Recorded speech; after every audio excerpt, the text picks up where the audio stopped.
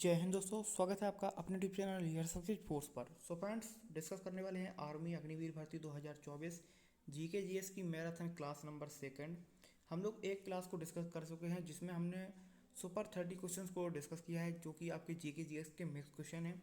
ये आपके Indian army Agniveer previous year के क्वेश्चंस हैं जो कि आपके एग्ज़ाम में पूछे गए हैं, और ऐसे क्वेश्चन डाले गए हैं जो आपके एग्ज़ाम में पूछे जा सकते हैं। तो ये आपका एक मिक्स प्रैक्टिस सेट इसको आप मान सकते हैं, जो कि आपके सुपर 30 क्वेश्चंस का, जिसमें आपको कम से कम 20 क्वेश्चन का सही जवाब देना होता है। ये इस तरीका का प्रैक्टिस सेट अगर आप इसको भी अगर आप अपने एग्ज़ाम में करके जाते हैं तो एक अच्छा स्कोर अपने एग्ज़ाम में कर लेंगे। इस क्लास नंबर सेकंड है। अभी मैंने ये नई सीरीज स्टार्ट की है। अगर आप लोगों को सपोर्ट रहा तो ये जो सीरीज़ है आपकी एग्ज़ाम तक ऐसे ही कंटिन्यू बनी रहेगी। आप देखिए, अगर आप इन क्वेश्चंस को देखेंगे तो आपको लगेगा कि हाँ, ये एग्ज़ाम ओरिएंटेड क्वेश्चन, कुछ ऐसे क्वेश्चन को नहीं उठाया कि बस किसी भी क्वेश्चन को उठा लिया और करा दिया। तो ये ऐसे क्वेश्चन हैं जो आपके एग्ज़ाम में पूछे जाते हैं। जब इनको आप देखेंगे, यदि आपने अभी तक पहले सेट को नहीं देखा है तो एक बार उसको देख लेना है। उसको आप किस तरीके से देखेंगे तो उसके बारे में भी आपको जानकारी दे देंगे। तो मैंने आपको बता दिया कि ये आपका सेकंड सेट है, जो कि जीके जीएस का एक मिक्स प्रैक्टिस सेट है, एक बेहतरीन प्रैक्टिस सेट है, जिसमें आपका डिटेल एक्सप्लेनेशन के साथ में क्वेश्चन को हम यहाँ पर डिस्कस करने वाले हैं। तो चलते फ्रेंड, वीडियो को स्टार्ट करते हैं। उससे पहले मैं आपको पहले वीडियो के बारे में जानकारी दे देता हूँ। तो देखिए फ्रेंड्स, ऐसे आपको चैनल पर आ जाना है। यहाँ पर आपको चैनल मिल जाएगा। जब आप चैनल पर क्लिक करके जाएंगे तो यहाँ पर नीचे आप स्क्रॉल करके जाएंगे तो आपको एक प्लेलिस्ट का सेक्शन मिलेगा। जब आप इसको देखेंगे तो प्लेलिस्ट के सेक्शन में यहाँ पर एक प्लेलिस्ट आपकी बनी हुई है, जो कि आपकी अभी क्रिएट की गई है। ये यहाँ पर army Agniveer GK GS marathon classes के नाम से ये आपकी प्लेलिस्ट बनी हुई है। इसको आप क्या करेंगे, यहाँ पर इस पर आप क्लिक करेंगे तो इसमें आपको जो पहला वीडियो है, अब इसी में सारे वीडियो आपको ऐड होते हुए मिल जाएंगे। देखिए, ये यहाँ पर आपका एक वीडियो ऐड हो गया है, जो कि आपका यहाँ पर है। यदि यहाँ पर आपका सपोर्ट रहा और आप लोगों ने सपोर्ट किया तो इस क्लास को बहुत आगे तक ले जाएंगे। और आप देखना कि आप अपने एग्ज़ाम हॉल में बैठेंगे तो आपको ये लगेगा कि भाई, ये ऐसे क्वेश्चन है कि जो हमने पढ़े थे और मेरे एग्ज़ाम में आए हैं। तो ये उस तरीके में यहाँ पर ये क्वेश्चन आपको डिस्कस करने वाला हूँ। तो चलते फिर वीडियो को अब स्टार्ट करते हैं। तो देखिए फ्रेंड्स, हम लोग आ चुके हैं अपने प्रैक्टिस सेट के ऊपर, जहाँ पर हम लोग टॉप 30 क्वेश्चन को जीके जीएस के डिस्कस करने वाले हैं आर्मी अग्निवीर के लिए। तो यदि आप चैनल पर पहली बार जुड़े हैं तो चैनल को एक बार सब्सक्राइब जरूर कर लें, जिससे आने वाली वीडियोस की नोटिफिकेशन है आपको मिलती रहे, रेगुलर मिलती रहे। देखिए, चैनल सब्सक्राइब कर लेंगे तो आपको क्या है कि आपको जो वीडियोस हैं उसकी नोटिफिकेशन तुरंत आपको मिल जाएगी, जिससे कि आप अपने उसको देख सकते हैं। चलिए, तो हम डिस्कस करते हैं आज के पहले क्वेश्चन से लेकर। पहले क्वेश्चन आपके सामने है आपकी स्क्रीन पर, जिसमें हम डिस्कस करेंगे अपना पहला क्वेश्चन। तो देखिए, पहला क्वेश्चन है कि ब्रह्म समाज के संस्थापक कौन थे। आपसे पहला क्वेश्चन पूछ रहा है कि जो ब्रह्म समाज था उसके जो संस्थापक थे वो कौन थे। ऑप्शन है स्वामी दयानंद, रामकृष्ण परमहंस, राजा राममोहन राय और स्वामी विवेकानंद। आपको क्या करना है कि आपको कमेंट करके लास्ट में ज़रूर बताना है कि अपना जो स्कोर है वो आपका कितना रहा है, जिससे कि एक अंदाज़ा मिलेगा कि आप कितना स्कोर कर रहे हो। और क्वेश्चन के लेवल को बढ़ाना है, क्योंकि वही क्वेश्चन तो कराने नहीं जो नॉर्मल है, तो क्वेश्चन को उधर से लेवल को भी अपग्रेड करते हुए चलना है। अब देखिए, ब्रह्म समाज के अगर हम संस्थापक की बात करते हैं तो ब्रह्म समाज की जो स्थापना थी वो किसने की थी, राजा राम मोहन राय ने। अब देखिए, यहाँ पर ये क्वेश्चन तो बन गया कि भाई संस्थापक इसके राजा राम मोहन राय थे। अगर आपके एग्जाम में ये इससे हटके ये आ जाए कि भाई इसकी स्थापना कब हुई थी, तो वो भी आपको पता होनी चाहिए कि इसकी स्थापना 1828 ईस्वी में हुई थी। इसके बाद हम बात कर लेते हैं स्वामी विवेकानंद की, जो ऑप्शन को भी डिस्कस करने हैं। अगर हम स्वामी विवेकानंद की बात करते हैं तो आपको पता होगा कि स्वामी विवेकानंद ने एक रामकृष्ण मिशन की स्थापना की थी, जो अपने गुरु के नाम पर, क्योंकि गुरु का नाम क्या था, रामकृष्ण परमहंस। तो उन्हीं के नाम पर एक रामकृष्ण मिशन की स्थापना की थी। किसने की थी, आपके एग्जाम में पूछा जा सकता है कि स्वामी विवेकानंद ने किस कौन से मिशन की या कौन से ग्रुप की आपकी एक स्थापना की, जो रामकृष्ण मिशन की स्थापना की थी। और अगर पूछा जाए कि वो कब की थी, उसकी भी डेट आपसे पूछी जा सकती है। तो उसकी जो स्थापना थी 1897 में की गई थी। किसकी, रामकृष्ण आपके मिशन की। तो चलते हैं अपने नेक्स्ट क्वेश्चन के ऊपर। नेक्स्ट क्वेश्चन आपके सामने है, आज़ाद हिंद फौज की स्थापना कहाँ पर की गई। ये आपके सामने क्वेश्चन है, जिसमें आपको पूछा जा रहा है कि आज़ाद हिंद फौज की स्थापना कहाँ पर की गई थी। इसके क्वेश्चन में आपके डाउट हैं, जैसे रंगून हो गया ऑप्शन में, भूटान हो गया, सिंगापुर हो गया और टोक्यो हो गया। आपके सामने चार ऑप्शन है। तो आज़ाद हिंद फौज की जो स्थापना थी बताइए कहाँ पर की गई थी। तो इसकी स्थापना टोक्यो में की गई थी। और देखिए, ऐसा हुआ कि इसकी स्थापना किसने की थी, तो रास बिहारी बोस ने की थी। किसने, रास बिहारी बोस ने, रास बिहारी बोस ने इसकी स्थापना की थी, ये भी पूछा था किसने की थी, तो रास बिहारी बोस ने इसकी स्थापना की थी। देखिए पहले जो इसकी स्थापना थी वो अफगानिस्तान में रास बिहारी बोस ने 1915 में की थी। कब की थी? 1915 में। लेकिन दोबारा जब इसकी स्थापना हुई है तब रास बिहारी बोस ने इसकी स्थापना तब अफगानिस्तान में की थी पहली बार, और जब बाद में की है तो टोक्यो में। कहाँ पर? टोक्यो में रास बिहारी बोस ने। और कब की थी? तो 1943 में, उस टाइम आपके सुभाष चंद्र बोस के टाइम। तो ये है कि आज़ाद हिंद फौज की स्थापना कहाँ पर की गई? तो टोक्यो में आपकी की गई थी। अब हम चलते हैं अपने क्वेश्चन नंबर थर्ड के ऊपर।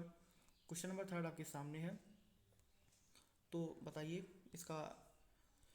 तो भारत छोड़ो आंदोलन के समय भारत का वॉयसराय कौन था? ये आपसे क्वेश्चन पूछ रहा है कि भारत छोड़ो आंदोलन के समय, मैंने आपसे बोला कि हर टाइप के क्वेश्चन इसमें आपके हिस्ट्री के भी आपको क्वेश्चन मिलेंगे, मॉडर्न हो चाहे आपका एंशियंट हो चाहे आपका मिडेवल हो, आपको इसमें पॉलिटी के भी क्वेश्चन देखने को मिलेंगे। आपको इसमें आपको ज्योग्राफी के आपके हो गए क्वेश्चन, आपको इसमें स्टैटिक के क्वेश्चन मिलेंगे, आपको स्पोर्ट के मिलेंगे, हर टाइप के इसमें मैंने क्वेश्चन का कंप्लाइंसन इसमें रखा हुआ है।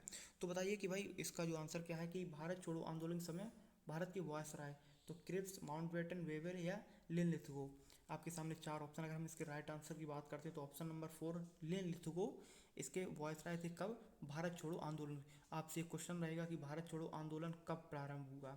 आपके लिए क्वेश्चन है, कमेंट में आपको करके इसका बताना है कि कब हुआ था, और मैंने आपको बता दिया इस टाइम वॉयसराय कौन था, तो लिनलिथगो इस टाइम वॉयसराय था। हम बात करते हैं आपके क्वेश्चन नंबर 4 की। ये कुछ नए क्वेश्चन हैं जो कि आपके बेहतरीन क्वेश्चन। देखिए बताइए, पर्ल हार्बर किस देश में है? तो जो पर्ल हार्बर है वो किस देश में आपसे पूछ रहा है? इंग्लैंड में है, जापान में है, अमेरिका में है कि रूस में है? ये आपके चार ऑप्शन। तो पर्ल हार्बर सबसे पहले आपको पता होना चाहिए क्या है। तो ये एक बंदरगाह है, और कहाँ का है? ये एक अमेरिका का बंदरगाह है। क्या है? ये एक बंदरगाह है, डॉकयार्ड। और ये कहाँ पर है? ये अमेरिका में है। इस पर कहा है, इस पर है कि ये क्वेश्चन एक बार पूछा था कि पर्ल हार्बर पे किस देश ने आक्रमण किया था? इस बंदरगाह पर किस देश ने आक्रमण किया था? अगर वो पूछ रहा है कि किसने आपका आक्रमण किया था, तो अगर हम आक्रमण की बात करते हैं तो वो किया था किसने? वो किया था जापान ने। किसने किया था? जापान ने किया था। और ये किस देश का है? तो ये है अमेरिका का। ऑप्शन नंबर 3 इसका राइट है। जापान ने इस पर आक्रमण किया था। और अगर ये पूछ लिया जाए कि भाई इस पर आक्रमण कब किया गया था, तो वो भी आपको पता होना चाहिए। तो 1941 में इस पर आक्रमण किया गया था। तो ये तो 3-4 क्वेश्चन आपके एक क्वेश्चन बन जाते हैं, ये आपके लिए बहुत हेल्पफुल होंगे। तो पर्ल हार्बर क्या है? एक बंदरगाह है। और ये कहाँ पर है?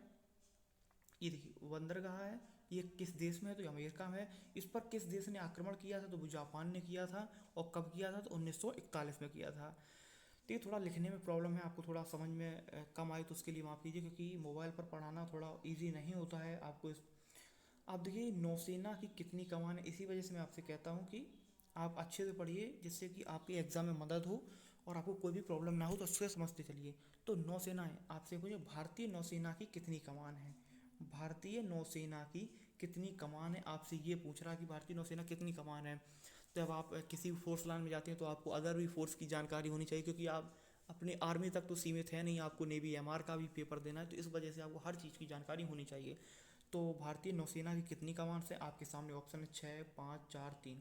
अगर हम इसके राइट आंसर की बात करते हैं तो इसका ऑप्शन नंबर जो 4 है बिल्कुल राइट है। तो भारतीय नौसेना की जो 3 कमान है, 3 कमान के नाम क्या क्या हैं वो भी आपके एग्जाम में पूछे जाते हैं। तो एक है आपका पूर्वी कमान, एक है आपका पश्चिमी कमान, क्योंकि ये पता चलता है चार तो उत्तर पश्चिम और दक्षिण लगा देते हैं, लेकिन एक है, एक तो आपका पूर्वी हो गया, एक आपका पश्चिमी हो गया, और एक है आपका दक्षिण कमान। मैं यहाँ पर लिख देता हूँ, एक कौन सा है? दक्षिण कमान है।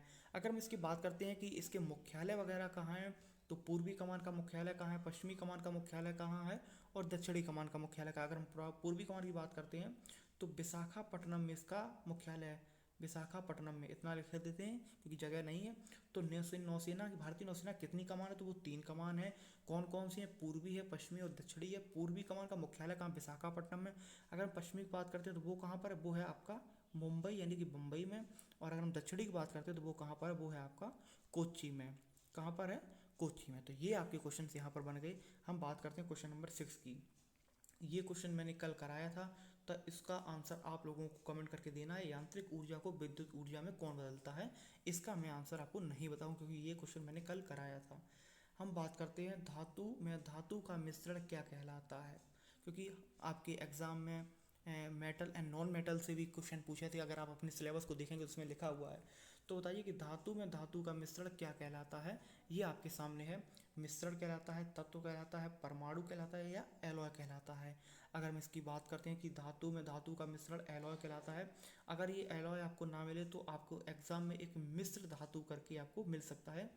धातु में धातु का मिश्रण क्या कहलाता है, मिश्र धातु, और नहीं तो आपको एलॉय ऑप्शन में मिलेगा। तो धातु में धातु का मिश्रण क्या कहलाता है, और एलॉय कहलाता है, जिसको आप मिश्र धातु कहते हैं। अब हम बात करते हैं आपकी क्वेश्चन नंबर 8 की, यानी कि अगला क्वेश्चन आपके सामने है। ये फिजिक्स से क्वेश्चन है। एक तार में एक समान विद्युत दौड़ रही है या विद्युत प्रवाहित हो रही है, तो उस तार पर क्या होगा। केवल चुंबकीय प्रभाव, केवल विद्युत क्षेत्र या चुंबकीय प्रभाव, या केवल विद्युत प्रभाव, या ए और बी दोनों, या इनमें से कोई नहीं। अगर हम इसके राइट आंसर देखिए, एक बोल रहा है कि एक आपका एक तार है जिसमें आपकी जो आपकी विद्युत है, इलेक्ट्रिसिटी है, वो आपकी प्रवाहित हो रही, तो इसके आसपास का ये जो क्षेत्र है, यहाँ पर कौन सा क्षेत्र पैदा बनेगा, कौन सा क्षेत्र पैदा होगा, इस टाइप से आपका क्वेश्चन पूछ रहा है। तो आपका जो एक तार है, अगर उसके अंदर आपका जो विद्युत प्रवाहित हो रही है, विद्युत दौड़ रही है, तो उसके जो आसपास है वो आपका चुंबकीय क्षेत्र उत्पन्न होता है तार के आसपास। तो क्वेश्चन नंबर आपका 8 का ऑप्शन नंबर फर्स्ट आपका बिल्कुल राइट ऑप्शन है।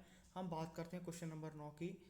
तो क्वेश्चन नंबर में अगर आप देखेंगे तो आपके में सिलेबस में पेट्रोलियम से भी क्वेश्चन पूछे जाते हैं। तो क्वेश्चन नंबर 9 है कि इनमें से कौन सा ठोस ईंधन है। ठोस ईंधन का उदाहरण आपसे पूछ रहा है कि इनमें से कौन सा है, कैरोसिन है, पेट्रोल है, चारकोल है, या आपका गैस है। तो आपसे पूछ रहा है कि इनमें से कौन सा ठोस ईंधन है। ठोस ईंधन आपको बताइए कि इनमें से कौन है। तो ठोस ईंधन की अगर हम बात करते हैं तो ऑप्शन नंबर जो आपका थर्ड है, चारकोल, आपका बिल्कुल राइट हो जाएगा। आपको अगर सीरीज़ पसंद आ रही हो तो चैनल को एक बार सब्सक्राइब जरूर कर लेना, एंड वीडियो को भी लाइक कर देना। अपने दोस्तों के साथ जो आपके आर्मी की तैयारी कर रहे हैं उनको साथ भी शेयर जरूर करना। तो इनमें से कौन सा ठोस ईंधन है, ठोस ईंधन तो कौन सा है, वो है आपका चारकोल।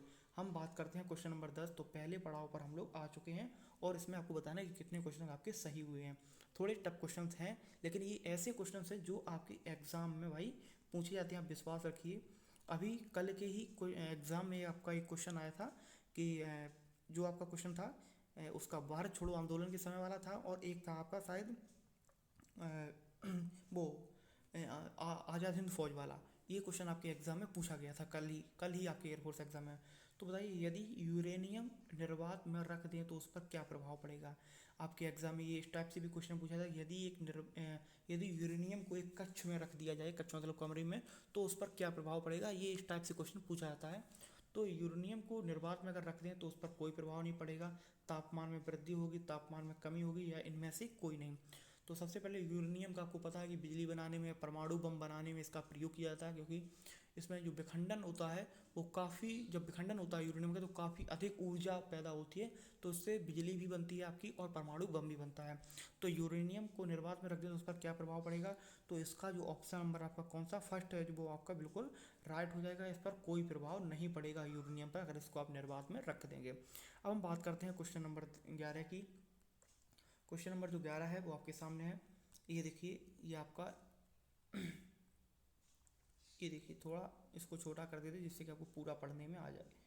क्वेश्चन है, यदि दो बल्ब एक साथ चमक रहे हैं, यदि इनमें से एक अधिक चमकता है तथा दूसरा कम चमकता है, तो उस बल्ब पर प्रतिरोध का प्रभाव पड़ेगा। देखिए, आपसे जो पूछ रहा है कि एक दो बल्ब हैं, ये दो बल्ब हैं, एक तो बहुत ज़्यादा भाई आपका चमक रहा है, और एक जो है आपका बहुत कम चमक रहा है। तो जो कम चमक रहा है उस पर प्रतिरोध का क्या प्रभाव है। तो आपको प्रतिरोध जानते हैं, एक तरीके से बाधा का काम करता है बिजली में। किसका बाधा का काम करता है, ये बिजली को प्रभावित होने से रोकता है। क्या है कि जो प्रतिरोध है, अब आप देखिए कि अगर जब आपकी बिजली कम प्रभावित होगी तो क्या है कि आपके जो बल्ब हैं उनकी रोशनी कम हो जाएगी। तो आपको पता है कि विद्युत का सबसे अच्छा सुचालक कौन सा है, कौन सा तार, तो चांदी का होता है। देखिए, आपको ये भी बता देते हैं कि सबसे अच्छा अगर सुचालक तार की बात करते हैं कि कौन सा होता है, सुचालक यानी जिसमें चालक है, सुचालक आपके एग्जाम में आ जाए, तो सुचालक सबसे पहले चांदी का वायर होता है। चांदी के बाद आपका जो क्रम आता है वो आता है आपका कॉपर का। कॉपर के बाद फिर आपका आता है एल्यूमिनियम का, क्योंकि हम लोग चांदी का तो वायर यूज करते हैं, कॉपर या फिर एल्यूमिनियम का, और फिर उसके बाद लोहे का वायर। इस तरीके से ये क्रम चलता है। तो सबसे अच्छा अगर विद्युत का सुचालक पूछा जाए तो हम लोग चांदी पर टिक करेंगे, और नहीं अगर ऑप्शन है तो कॉपर पे यानी तांबा पे फिर हम टिक करेंगे। तो देखिए, अगर शौचालय की बात करते हैं तो आपका ये क्लियर हो गया। अब आपकी है कि प्रतिरोध का मतलब क्या होता है। प्रतिरोध भाई, प्रतिरोध का मतलब होता है एक तरीके से बाधा पैदा करना विद्युत प्रवाहित होने में। आपसे पूछा जाए कि प्लास्टिक का प्रतिरोध कितना होता है, लकड़ी का प्रतिरोध कितना होता है, तो बहुत ज़्यादा होता है, यानी एकदम उसको मान सकते हैं कि प्रतिरोध इतना होता है कि उसमें विद्युत बिल्कुल प्रवाहित नहीं होने देता है। अब आपसे पूछ लिया कि चांदी के तार का प्रतिरोध कितना होता है, तो लगभग शून्य, क्योंकि वही सबसे अच्छा सुचालक है, तो लगभग शून्य होता है, क्योंकि उसमें बिजली तुरंत पहुंच जाती है। अब आप बताइए कि जो मानव शरीर है, आपके लिए क्वेश्चन है, वो विद्युत का सुचालक है कि कुचालक है, ये आपके लिए क्वेश्चन है। अब अपना जो क्वेश्चन पर आते हैं कि जो एक बल्ब कम चमक रहा है उस पर प्रतिरोध का प्रभाव क्या पड़ेगा। तो देखिए, जो कम बल्ब चमकेगा क्योंकि उसमें कम बिजली पहुंच रही है, इसको आप इस तरीके से पढ़िए, तो कम चमकने वाले बल्ब का जो प्रतिरोध है वो कैसा होगा, वो आपका अधिक होगा, यानी ऑप्शन नंबर जो फर्स्ट है वो आपका बिल्कुल राइट हो जाएगा। हम बात करते हैं क्वेश्चन नंबर आपकी अगले क्वेश्चन नंबर 12 की। तो पानी किस तापमान पर उबलता है, ये आपके लिए क्वेश्चन है कि पानी जो है वो किस तापमान पर आपका उबलता या उबलना प्रारंभ कर देता है, ये आपका इस टाइप से क्वेश्चन है। तो देखिए, सबसे पहले अगर हम इसके ऑप्शन की बात करते हैं तो 100 degree Celsius, 180 degree Fahrenheit and 37 degree Celsius, इनमें से कोई नहीं। अगर हम इसके राइट आंसर की बात करते हैं तो वो कौन सा हो जाएगा। तो पानी जो है वो किस तापमान पर उबलना, तो पानी को कम से कम उबलने के लिए 100 डिग्री सेल्सियस का तापमान चाहिए। अब क्या है कि जब वो 100 डिग्री सेल्सियस हो जाएगा, फिर एक क्वेश्चन पूछा जाता है कि पानी, आपने देखा कि भाप बन के उड़ता भी है, तो ये पूछा जाता है कि भाप की गुप्त ऊष्मा, भाप की गुप्त ऊष्मा कितनी होती है। गुप्त ऊष्मा मतलब, क्योंकि भाप में आपको दिखाई तो देता नहीं, तो वो छिपी हुई जो ऊष्मा होती है, क्योंकि 100 डिग्री पर पानी तो उबलना प्रारंभ हो गया, लेकिन जैसे ही अब 100 डिग्री से ऊपर टेम्परेचर बढ़ेगा, फिर क्या होगा कि फिर वो उसमें जब इकट्ठा होता जाएगा तो 536 कैलोरी जब आपकी हो जाएगी, तो वो आप पानी जो है आपका भाप बन के उड़ जाएगा। तो इस टाइप से आपका क्वेश्चन है कि पानी किस पर मतलब भाप बन जाता है तो 536 डिग्री के कैलोरी पर, और अगर पूछा है कि पानी किस पर उबलता है तो 100 डिग्री सेल्सियस पर उबलना प्रारंभ कर देता है। हम पूछते हैं, अगला क्वेश्चन है आपका 30 नंबर क्वेश्चन, कि बर्फ़ का गलनांक कितने डिग्री होता है। तो बर्फ़ का गलनांक आपसे पूछ रहा है कितने डिग्री सेल्सियस होता है। एक तो 0 डिग्री सेल्सियस, 100 डिग्री, -4 और 4।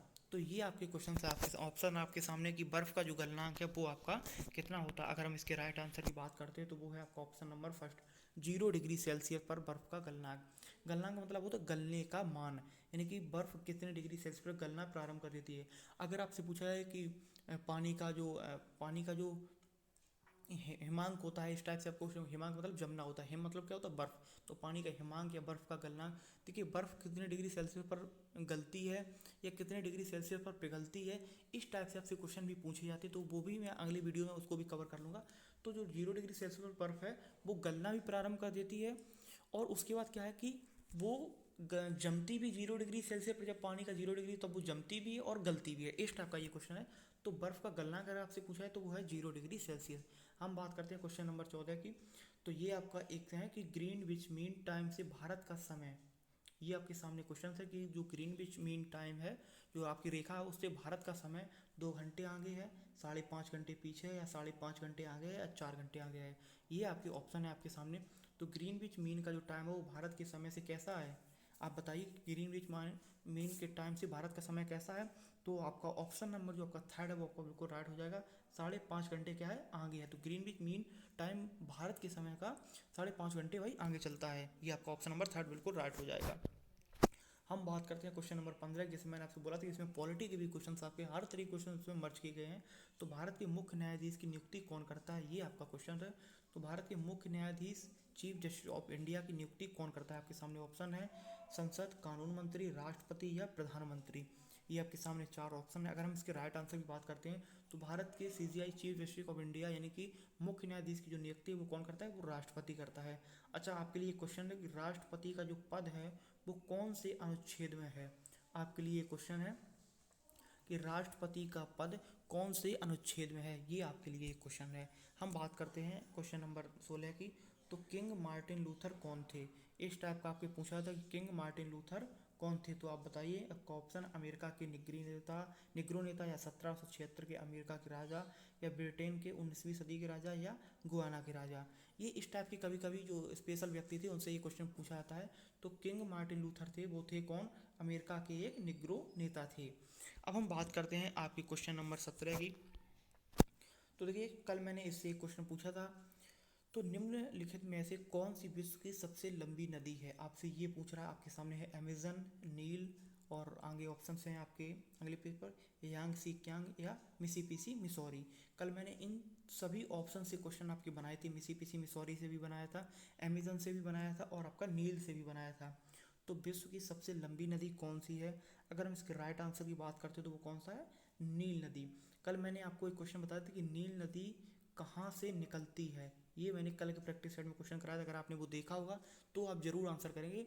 तो कहाँ से निकलती है इसका आपको कमेंट करके आंसर बताना, क्योंकि मैंने कल ये क्वेश्चन बताया था कि नील नदी, क्योंकि हर एक टाइप को कवर करेंगे। अगर नील नदी से क्वेश्चन है तो उसकी लंबाई भी किसी वीडियो में डिस्कस करेंगे, कहाँ से निकली है, कौन सबसे लंबी नदी कौन सी है, इस टाइप से क्वेश्चन बनाएंगे। तो कहाँ से निकलती है ये आपको बताना है। मैंने बता दिया कि विश्व की सबसे लंबी नदी नील नदी है। अच्छा, अमेजन कहाँ पर बहती है ये आपको बताना है। और उसके बाद तो देखिए हमारा जो 18 नंबर क्वेश्चन है, अवतल दर्पण में परछाई कैसे बनती है। आपसे ये पूछा जा रहा है कि जो अवतल दर्पण की जो परछाई है वो किस तरीके की बनती है। तो आपके सामने है ऑप्शन आभासी, वास्तविक या आभासी वास्तविक दोनों, या इनमें से कोई नहीं। तो अवतल दर्पण की जो परछाई है वो आपको पता कैसी बनती है, वो बनती है आपकी आभासी बनती है अवतल दर्पण की।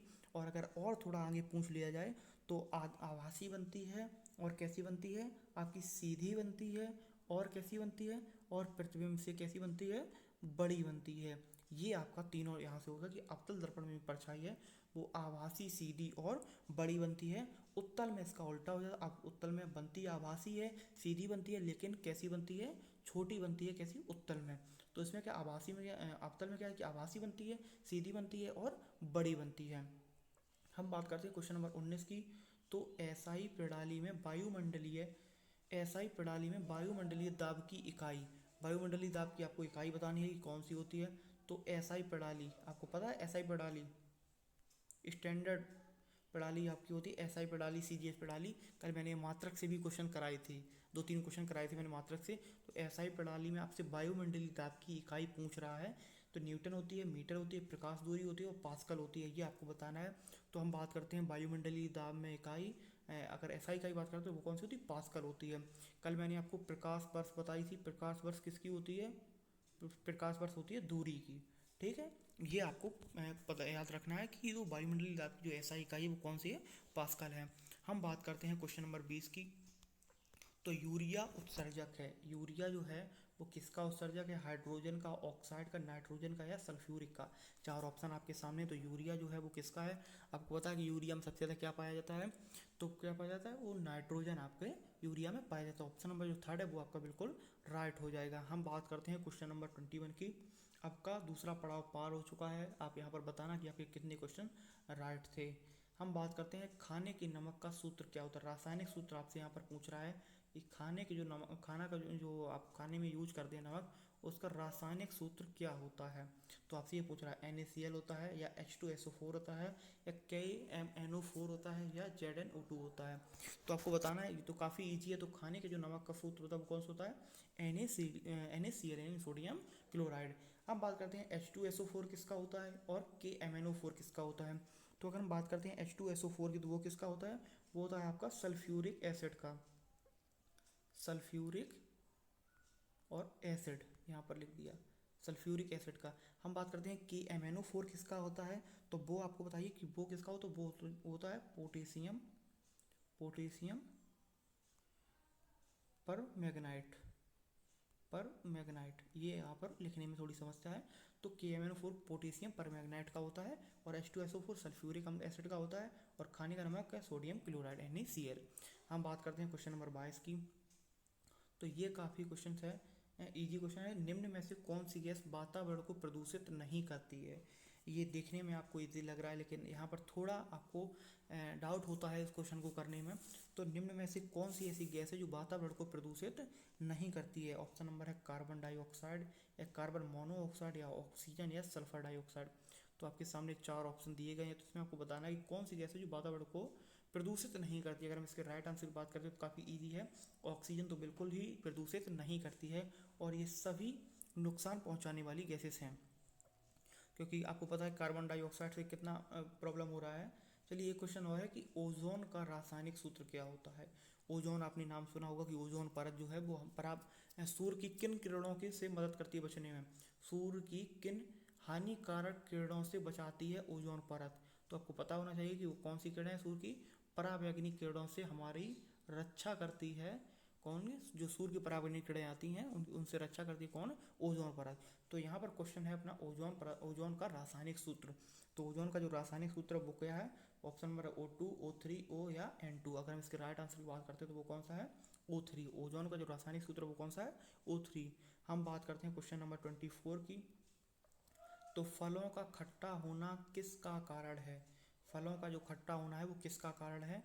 आपको ये देखिए, आपको पता होगा कि साइट्रिक अम्ल पाया जाता है, टार्ट्रिक अम्ल पाया जाता है, मौलिक एसिड पाया जाता है, तो इस टाइप की पाई जाती हैं। लैक्टिक एसिड आपका दही में पाया जाता है। अभी यूपी पुलिस में आया था कि दही में कौन सा एसिड पाया जाता है या कौन सा अम्ल पाया जाता है, तो लैक्टिक एसिड। तो इस टाइप के क्वेश्चन हम बनते हैं। लेकिन आपका ये थोड़ा नया क्वेश्चन है कि फलों का जो खट्टा होना वो किसका कारण है, आपसे पूछ रहा है। आपसे ये नहीं पूछ रहा कि नींबू में कौन सा पाया जाता है, टमाटर में कौन सा पाया जाता है। ये पूछ रहा है कि फलों का खट्टा होना किसका कारण है? किण्वन का या वाष्पीकरण का या आसवन का या इनमें से कोई नहीं। अगर हम इसके राइट आंसर की बात करते हैं तो वो है कारण आपका किण्वन का। किण्वन क्या है? एक रासायनिक क्रिया है जिसके कारण फल क्या है? खट्टे मीठे होते हैं। ये आपका है। निकल खट्टे होना कारण क्या है? वो है आपका किण्वन। तो ये आपको पता है तो आपके लिए बताइए कि सेब में कौन सा एसिड पाया जाता है? सेब में आपके लिए क्वेश्चन है कि सेब में कौन सा एसिड पाया जाता है। आप कमेंट करके इसका आंसर जरूर बताएं। हम बात करते हैं क्वेश्चन नंबर 25 की। रिकेट्स किसकी कमी के कारण होता है या किस विटामिन की कमी के कारण रिकेट्स रोग होता है? रिकेट्स क्या होता है कि हड्डियों का, आपको पता है कि जो कमज़ोर हो जाती हैं आपकी, तो वो जो रोग है रिकेट्स, वो किसके कारण होता है? तो विटामिन डी के कारण होता है कि ए के कारण होता है कि बी के कारण होता है या सी के कारण होता है। अगर हम इसके राइट आंसर की बात करते हैं तो ये सभी को पता होना चाहिए कि जो रिकेट्स है वो विटामिन डी के कारण होता है, यानी कि विटामिन डी की कमी के कारण क्या होता है? रिकेट्स होता है। तो आप बताइए कि विटामिन ए की, तो ये तो इसका राइट आंसर क्या होगा? Vitamin D. अगर हम विटामिन ए की बात करते हैं तो इसकी कौन सी कमी कारण होता है? तो ये होता है रतौंधी। कौन सा? अगर विटामिन ए की आपको कमी है तो रतौंधी के आपको लक्षण देखने को मिलेंगे। हम विटामिन बी की बात करते हैं तो इससे कौन सा रोग होता है इसकी कमी से?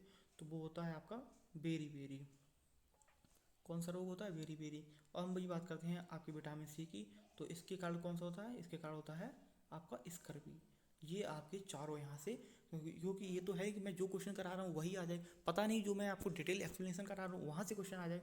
तो विटामिन डी के कारण रिकेट्स होता है, ए के कारण रतौंधी, बी के कारण बेरी बेरी और सी के कारण स्कर्वी रोग होता है। हम बात करते हैं क्वेश्चन नंबर 26 यानी कि 26 नंबर क्वेश्चन की, जो कि आपका लाइट चैप्टर से है। किसी प्रिज्म के लिए विचलन कोण अधिकतम होता है?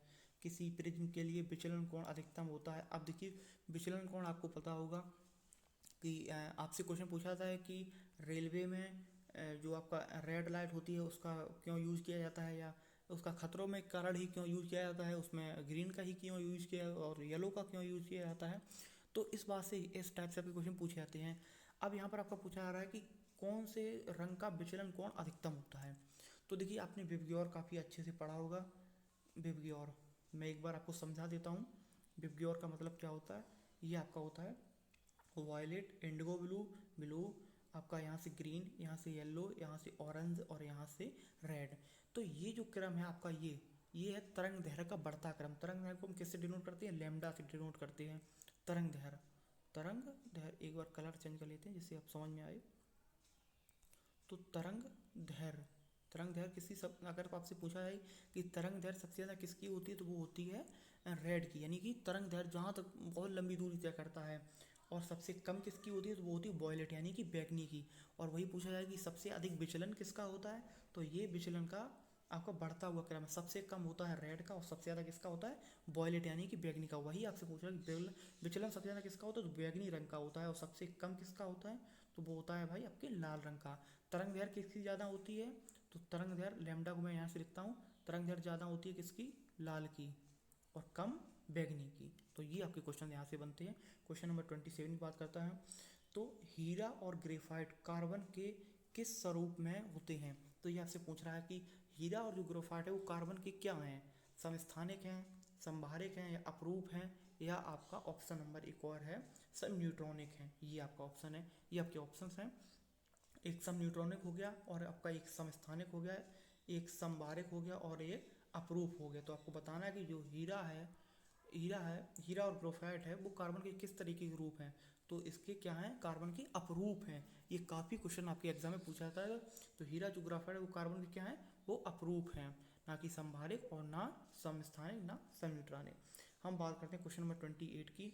तो इलेक्ट्रोकार्डियोग्राम जानकारी देता है किसकी? जो इलेक्ट्रोकार्डियोग्राम, क्योंकि मैंने आपको बोला था कि इसमें बायो के भी क्वेश्चन डले हुए हैं, तो इलेक्ट्रोकार्डियोग्राम है वो किस चीज़ की जानकारी देता है? 28 नंबर क्वेश्चन है, मस्तिष्क की, यकृत की, फेफड़ों की या आलिंदों और निलियों की। अगर हम इसके राइट आंसर की बात करते हैं तो जो आपका इलेक्ट्रोकार्डियोग्राम है वो आपकी आलिंदों और निलियों की जानकारी देता है। हम बात करते हैं आज के क्वेश्चन नंबर लास्ट 29 की, क्योंकि एक क्वेश्चन इसमें मिस हो गया था। तो ध्रुवों पर चुंबकीय सुई की स्थिति होती है। जो ध्रुव होते हैं, एक आपको पता होगा कि साउथ पोल, नॉर्थ पोल, आपके इस टाइप के पोल होते हैं। तो आपसे पूछ रहा है कि ध्रुवों पर चुंबकीय सुई की स्थिति कैसी होती है? क्षैतिज होती है, ऊर्ध्वाधर या 45 अंश पर, या इनमें से कोई नहीं। अगर हम बात करते हैं ध्रुवों पर चुंबकीय सुई, तो वो आपकी इस टाइप से हो जाती है, यानी कि आपकी सीधी हो जाती है। तो सीधी हमको क्या बोलते हैं? ऊर्ध्वाधर। तो ध्रुवों पर जो चुंबकीय सुई है उसकी स्थिति ऊर्ध्वाधर होती है। तो आई होप आपको ये सीरीज पसंद आई होगी। अगर आपको ये सीरीज पसंद आई तो वीडियो को लाइक ज़रूर करना और अपने दोस्तों के साथ शेयर करना। चैनल को सब्सक्राइब करना बिल्कुल मत भूलना। और आपने अगर चैनल पर पहली बार आए तो एक बार सब्सक्राइब करके जरूर जाना। आपको वीडियो पसंद आए तो लाइक करना। देखिए यार, ऐसा होता है कि अगर आप वीडियो को लाइक करते हो उससे मोटिवेशन मिलता है कि हाँ, बच्चों को पसंद आ रहा है। और अगर आपको पसंद आए तो अपने दोस्तों के साथ मदद भी करना, उनके साथ शेयर भी करना। एंड मिलते हैं आपसे अगली वीडियो में। अगर आप कोई भी डाउट है तो आप कमेंट करके पूछ सकते हैं। मिलते हैं आपसे अगली वीडियो में, तब तक के लिए जय हिंद, जय भारत।